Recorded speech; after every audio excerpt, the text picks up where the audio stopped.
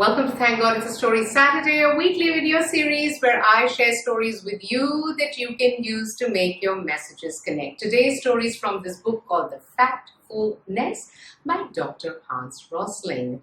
This story goes back to when Dr. Rosling was lecturing in Carolina Institute, and he said to the students that, these pharmaceutical companies do not invest enough in researching illnesses and diseases that come out of poor economies.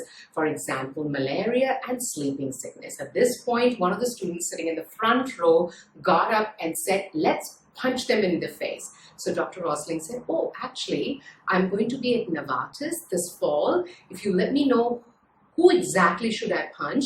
Is it just anybody who works there or someone in particular? And what will I achieve out of doing that?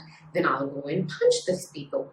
So the student said, no, you should punch the CEO, the leader, the boss, because he's responsible for how this company is run. So Dr. Rosling said, "Oh, Daniel Vasella, the boss back then, I know him. So I will punch him, no problems, but tell me, would that change the research priorities of Novartis?"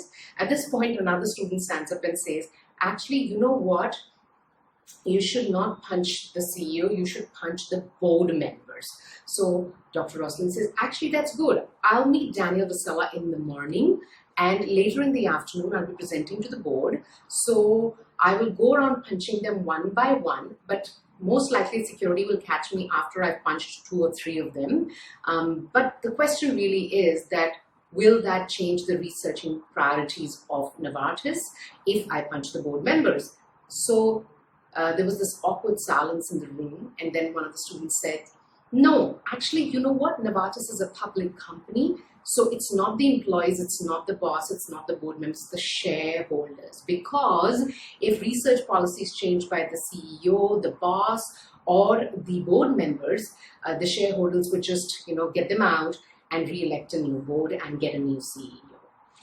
Now, at this point, Dr. Rosling says, "That's pretty interesting. You know what? That it's the shares of any pharmaceutical companies, they are very stable. They don't go up and down as the economy goes up and down because, people need treatment all the time. So the pharmaceutical shares are pretty steady. But the question is, who are the shareholders that we can go and punch?" So everybody is sitting there quietly. And then finally, someone says, "The retirement funds. They are the shareholders of these pharmaceutical companies." At this point, Dr. Rosling says, "Okay, now what you can all do for me is, I can't punch anyone because when I go to Novartis, I'm not going to see the shareholders. But you can go home, go to your grandma's house, and then go and punch your grandma because she is the shareholder of these pharmaceutical companies. And also, the last time when you went backpacking and your grandma gave you that extra money to spend during your holidays, maybe you can return that back to her so that she can give it back to Novartis, so that Novartis can actually start putting that money into researching illnesses that come from poor economies. But the problem is, maybe you've already spent that. So maybe you can punch your face because this problem is actually arising because of that issue." Now, what's the point of this story? Why am I telling you this?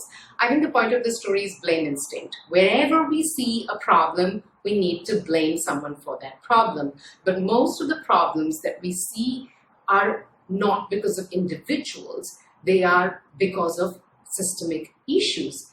Issues that arise from how the system is designed. There is no point blaming a crash on a sleepy pilot, but it is important to ask, why was this pilot sleepy if this is a repeating behavior? Last week in Singapore, we read a news which said that young doctors are working for 20 hours and feeling exhausted. At the 19th hour, when this doctor is writing the prescription and calculating the dosage, if he or she makes the mistake, it is a systemic issue. You yourself, if you're not able to get the desired outcome or the performance you're looking for again and again and falling victim to a certain situation, check the system. don't even blame yourself. Stay story. I'll see you here next Saturday with another story.